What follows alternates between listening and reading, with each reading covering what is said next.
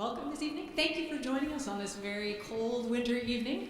I wanted to remind those of you who have not been in the Wesleyan Memorial Chapel before that there are restrooms downstairs. You can access them through the doors in the back, go down the stairs, travel the length of the chapel, and then turn left. Please, as always, silence your cell phones.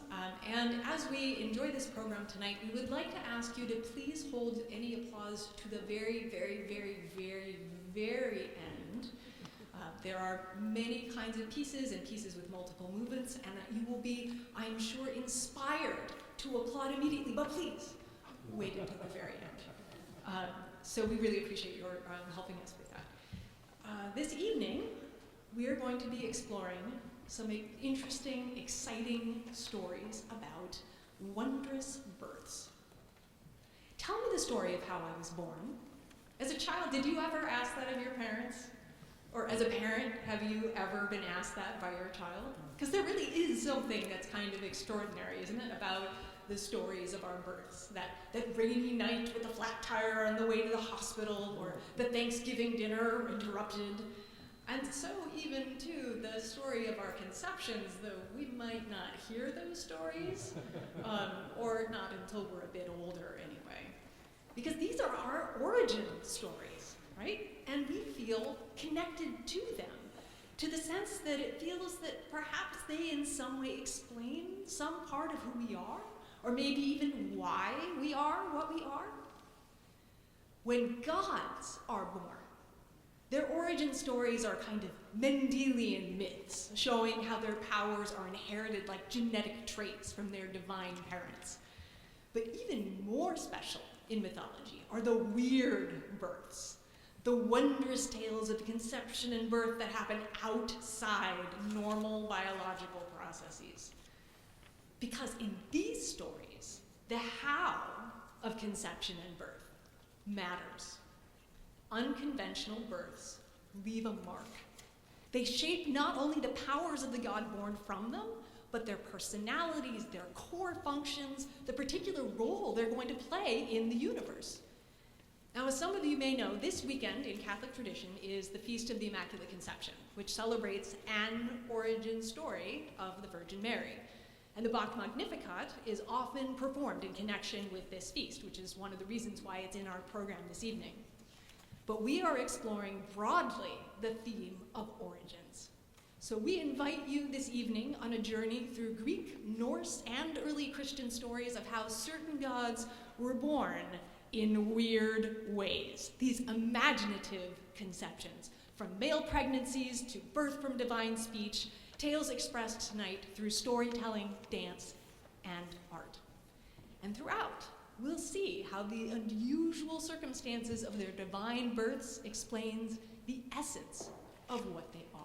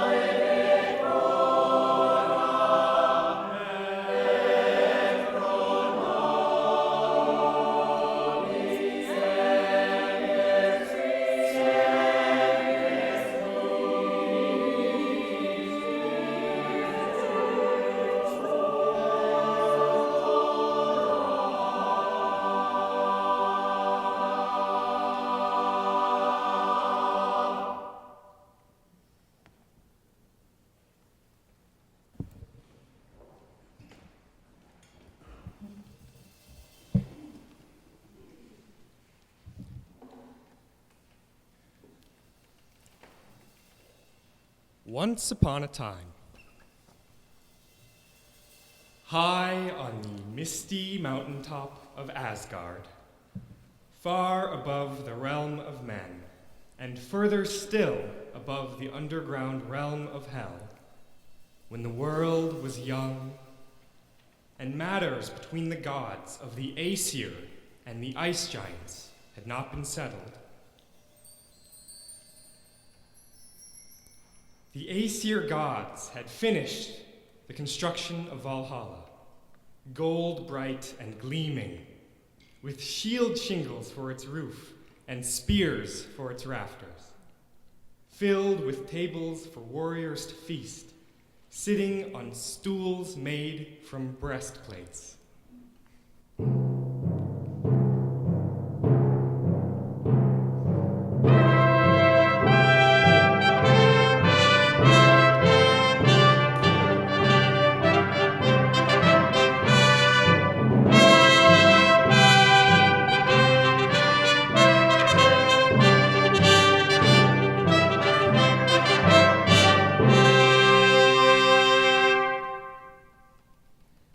But the Aesir feared that this mighty hall of warriors, this citadel, needed equally mighty walls to guard it. One day, out from the mists, a giant appeared.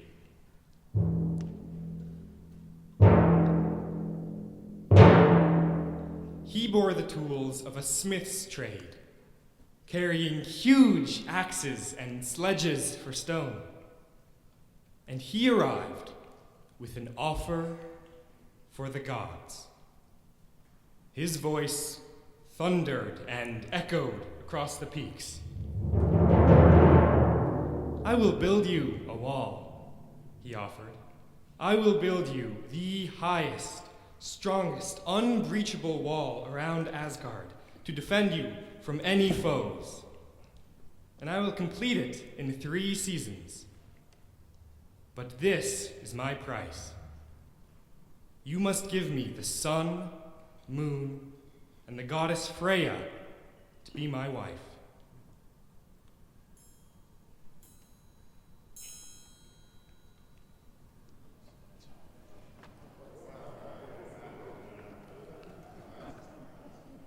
The Aesir thought over his offer and took counsel to decide. Freya, the gracious goddess of fertility, love, and sex and war, tossed her flaxen hair over her shoulder and voted no. The other gods were undecided. But then, Loki stepped forward. Loki is a god of blended race, born of both gods and giants, a god of cunning, deviousness, and flexibility.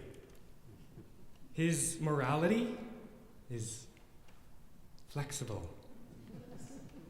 His allegiances are flexible. His gender is flexible. Loki, the shapeshifter, the smith of lies, spoke up. He convinced the Aesir to accept the giant's offer, but on revised terms. If he built the wall, he could have the sun, the moon, and even their beloved Freya. But he had to finish the entire unbreachable fortification around Valhalla before winter came, in a single season, not a year, and could accept no help from anyone. The giant agreed, but asked that he be able to use his horse for moving the stone. Seeing no harm in this, the Aesir swore an oath to it, and also that the giant would not be harmed in Asgard while he worked. On the following day, the giant arrived with the largest, most powerful horse that the Aesir had ever seen. This was Svadilfari, the unlucky traveler, a beast as high as the giant himself, who hauled the vast rocks as soon as the giant could cut them from the quarry, and hefted the pulleys to lift each stone up from the foundation to the face of the wall. The horse could do twice as much as the giant himself.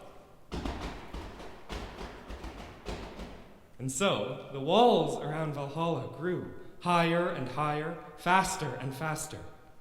When the end of winter was only 3 days away, the wall was strong enough to be impenetrable by almost any enemy, and, alarmingly, lacking little before it was finished. Only the stones around the gate had yet to be put in place. It became clear to the Aesir that they were going to lose this bet. The gods, angry and anxious, turned upon Loki. "This is your fault," they cried. "The giant tricked us, and if he succeeds, he will take Freya and the sun and the moon and plunge the world into utter darkness. You did this. You must find a solution, or we will slaughter you cruelly." Loki, the shapeshifter, the smith of lies, swore that he would find a solution, one that would save their lives and his.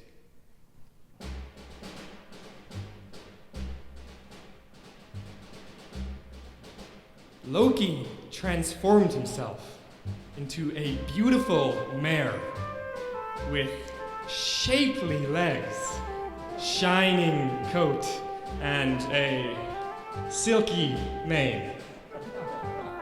The Loki mare pranced outside the walls of Valhalla, nickering and whinnying, tossing her proud head and flexing her haunches. Svadilfari, the giant's horse, noticed. And it wasn't only his heart which was aroused with delight at the sight of this stunning creature. He went off like a shot, snapping his reins, throwing off his load of stones, and gave chase to the luscious Loki, who teasingly trotted just beyond his reach, racing towards the woods and lands beyond Asgard. The giant called after his stallion and searched the snow-covered woods to find him, but in vain. And the giant knew he had lost, for he could not complete the gate without his horse to haul the stones for him. The Aesir, who now had a nearly complete fortification around Valhalla, and had preserved the sun and moon and Freya from a fearful fate, now turned their wrath on the giant. They summoned Thor, who, with his mighty hammer, shattered the giant's skull into bits the size of breadcrumbs.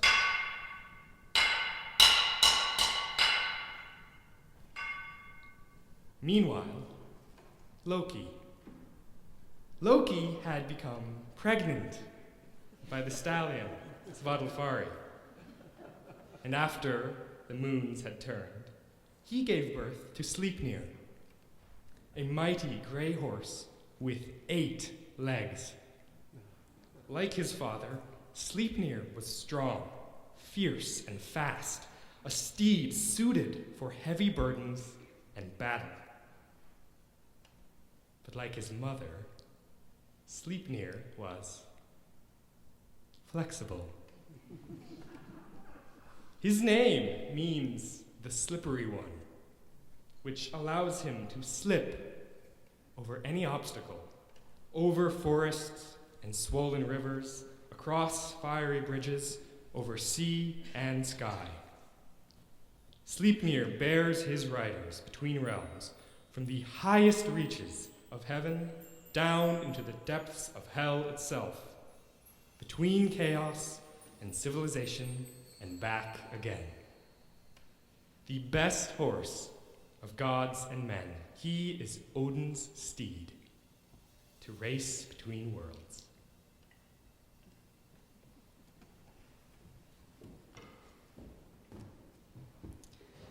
So, before she was the virgin goddess of wisdom and warfare, Athena had many names.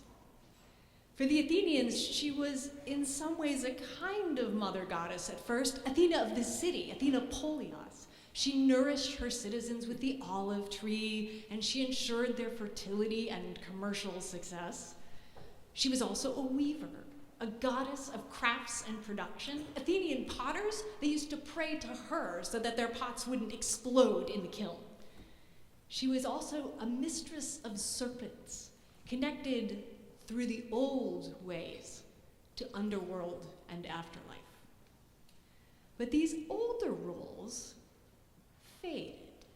And when we think of her now, we imagine her with helmet and spear, breastplate and shield, as the maiden warrior. This is the story of how that Athena was born and why. This happened once upon a time when the thunder god Zeus was king of the heavens. But to be king in the heavens was not a certain thing. And in fact, Zeus before him, none of them had ever passed on power peacefully. Generation after generation had seen violent change, each king overthrown by an ambitious son. And each son aided in their coup through the designs and deceptions of their loving mothers who would come to see them on the throne. Even Zeus's own mother had tricked his own father to help him come to power.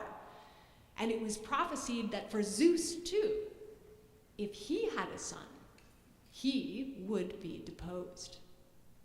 So Zeus held these memories and this prophecy in his mind and heart, and was determined that this would never be his fate, that he would rule as king of the heavens for all eternity, an uncontested sovereign. Sometime later, Zeus took up with Metis, the lovely goddess of cunning, whose plans and counsel he had come to respect while ruling the universe. But despite their amorous encounters, Zeus remained wary as ever, remembering the tricks of his mother and the tricks of his grandmother, worrying that this wise goddess might be a little too wise. So one evening, while they were lounging together by the fire, Zeus made a playful suggestion to Metis. Metis, darling, shall we play a game? For I know how to turn myself into any form that I wish, big or small. Can you do it too?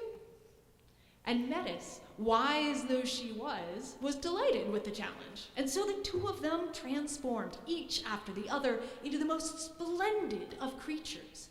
Shaggy-maned lions and scaly hydras and woolly sheep and plumed peacocks, a kaleidoscope of creatures. And Metis, for our finale, transformed herself into a tiny fly. And there was the opportunity. Zeus, still in human form, took a deep breath and swallowed her up. Metis, the goddess of cunning, was tricked and trapped in the head of Zeus. And there she sat, to give him counsel when he needed it, imprisoned in the mind of the King of Heaven. But this was not the end of the story. For Metis, as it turns out, was pregnant by Zeus, which posed something of a problem, for how, indeed, could the father of gods and men give birth? And as the months wore on, Metis sat inside Zeus's head, first weaving a splendid robe for the child to wear, and then hammering out armor, and a gleaming breastplate, and a glorious helmet, and spearhead for this child to carry. She hammered these out on the anvil day by day, and night by night, and week by week, until Zeus was in absolute agony, from the pounding in his head, and he roared for help from the other gods to come find some way to aid him, to deliver him from his agony and bring the unborn child into the world. And finally, Hephaestus, the god of smiths, grasped his axe and hammer and split Zeus's skull right open. Out sprang the goddess Athena, fully grown and fully armed. Her owl eyes flashed behind her gleaming helmet. Her breastplate rang. She landed lightly on her feet and spun quickly to face Zeus, shaking her spear and taking aim at him, who sat helpless with bloodied, open skull. The gods held their breath. Was this? Could this be the child who is fated to overthrow Zeus? But then Athena settled. She set down her spear. She took off her helmet and went to stand by the side of her father, where she stands to this day. Born from the head of Zeus, she is a goddess of wisdom, with also the cunning of Metis. Born of violence, she is a goddess of warfare. And in this tale of her birth, Athena is not a maternal goddess of the city, nor the goddess of women's crafts, nor of serpents. She is the prince who is not a prince, a son of Zeus in every way that matters. But she is female, so she will never take the throne. And she is virginal, so she will never bear an heir who might threaten Zeus. And as the ancient playwrights have her say, "No mother anywhere gave birth to me. I am always for the male and always on my father's side."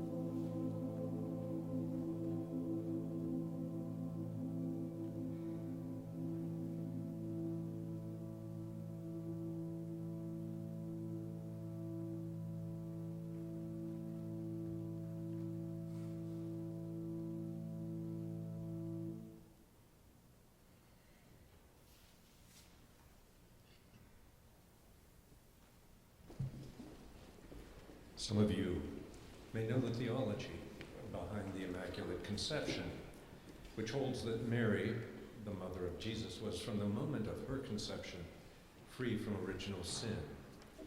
But there are other stories about Mary, recorded in the first Gnostic Gospels from the early centuries of Christianity. Those accounts of her sacred birth and special powers did not make it into the canon. This is that Mary.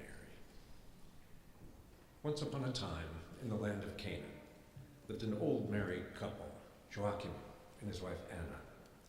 Joachim and Anna were very rich and were gracious and gentle people, but they had no children of their own, and they grieved this lack very deeply, for they feared it meant that they had displeased God. Joachim was so worried that he examined the genealogies of all the 12 tribes of Israel. Surely, he thought, I must be the only man in all the tribes of Israel never to have fathered a child. And it seemed as if this was the case. All the righteous people in the 12 tribes had children. Even Abraham, the ancestral patriarch, had his son Isaac, even if very late in life. It must be my fault, Joachim thought. Deeply saddened, and without telling Anna, his wife, what he intended to do, he banished himself to the wilderness, forsaking food and drink, to fast and pray for 49 days and nights and seek the intervention of God. I won't eat or drink until the Lord God comes to visit me. Prayer will be my food and drink. Meanwhile, at home, Anna had no idea what had happened to him.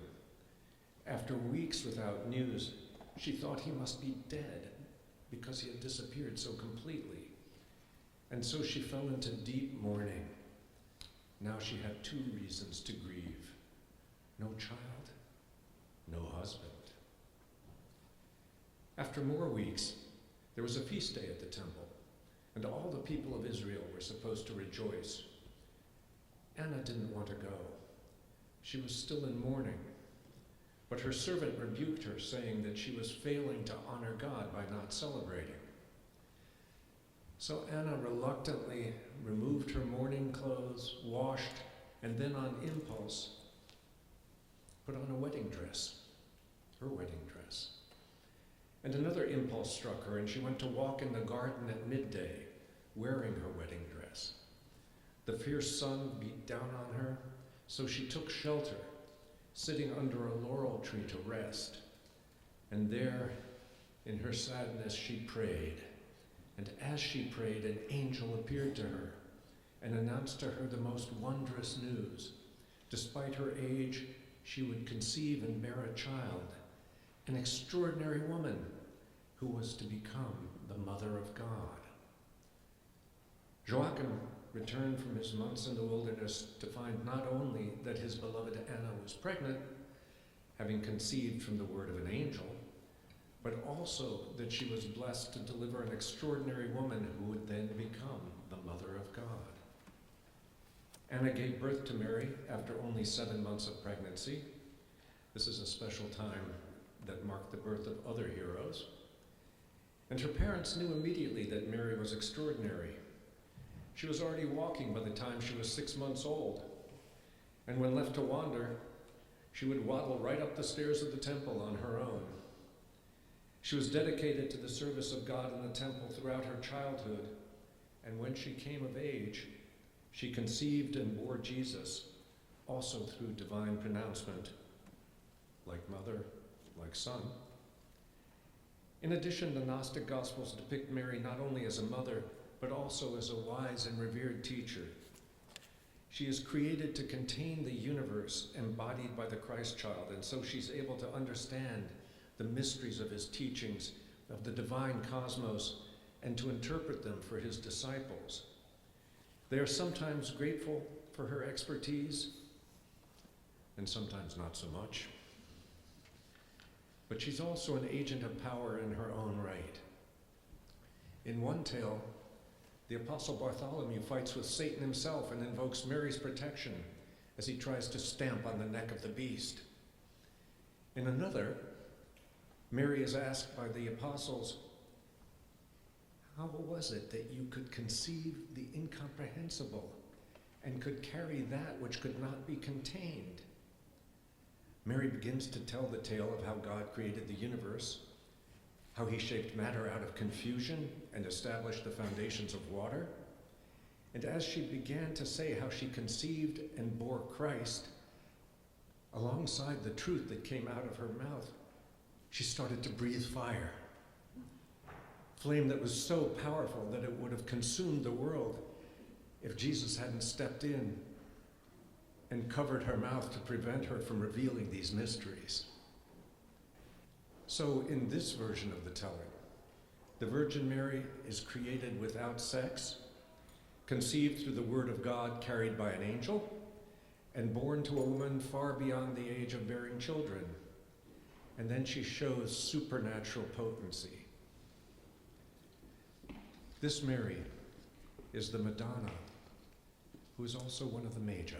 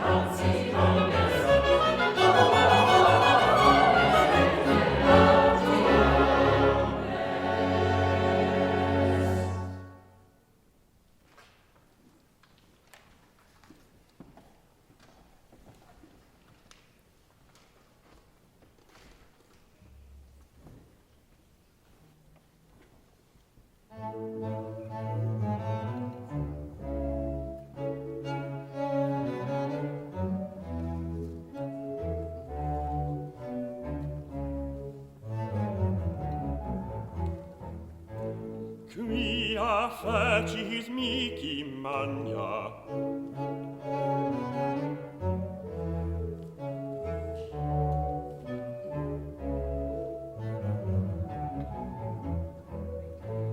Quia facit mihi magna?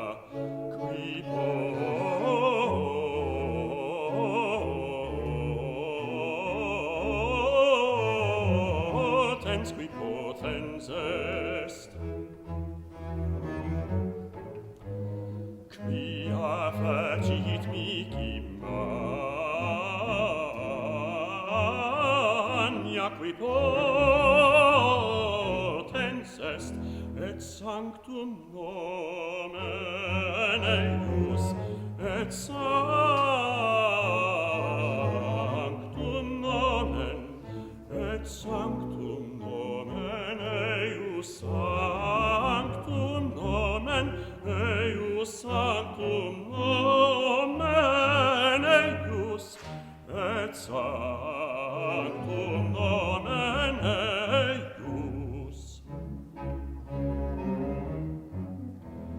Quia facit mihi magna? Qui potens est. Et sanctum nomen, sanctum nomen eius.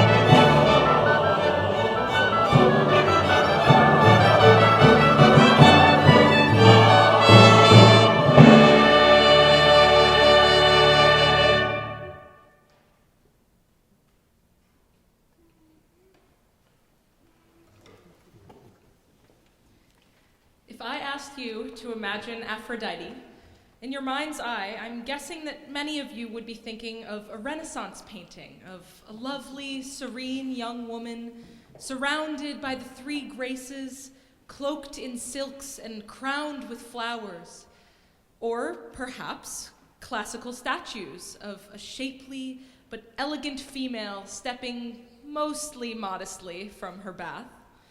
She is young, beautiful, desirable, and that's kind of it. Well, buckle up, because for the Greeks, Aphrodite was the most terrifying goddess they knew. The Trojan War, Aphrodite's fault. The death of Heracles, Aphrodite caused it. Orpheus getting ripped to shreds by Maenads, Aphrodite again. And the story of her birth tells us why. Once upon a time, before Zeus was even born and the universe was new, when the god of the sky, Uranos, spread the stars and the earth, Gaia, lay beneath him, They bore many children together, the hills and the oceans, and the Titans, a race of sparkling new gods, and the proud Cyclops, bearers of lightning, and Kronos, time, the young prince. But from their union, Gaia also began to bear a race of new children, 3 giant beasts, each with 100 hands bristling like snakes from their shoulders, and each with 50 heads, massive and mighty. Their father, Ouranos, was terrified and disgusted. Fearful that these 300-handers might kill him and overthrow his reign in heaven, he stuffed them back into Gaia, each one as soon as it was born, and kept them there hidden in the depths of her womb. And Gaia groaned in pain and torment, for Ouranos kept her in perpetual labor, unable to complete the birth. She planned revenge. She fashioned within herself a sharp, jagged sickle made from adamantine, and she summoned her children, the Titans, to ask who might avenge her from this wrong. Kronos, the young prince, agreed. Gaia whispered to Kronos the plot she had devised, and the two of them laid their trap, Kronos hiding in ambush. That evening, Ouranos came to Gaia's bedchamber, looking for love. And when Ouranos was in the midst of the throes of passion, Kronos leapt out from his hiding place, brandishing the sharp sickle. He cut off Ouranos' genitals in a single slash and threw the bloody bits over his shoulders where they landed in the sea. There, they bloomed a white foam, Aphros. And from this foam emerged Aphrodite, the goddess of desire. Conceived from pure lust and born from woman's treachery, the Greeks called Aphrodite the loosener of limbs, the confounder of senses, and the subduer of men. She shipwrecks the soul, overturns reason, and sends us to our ruin. So, for the Greeks, love really did conquer all.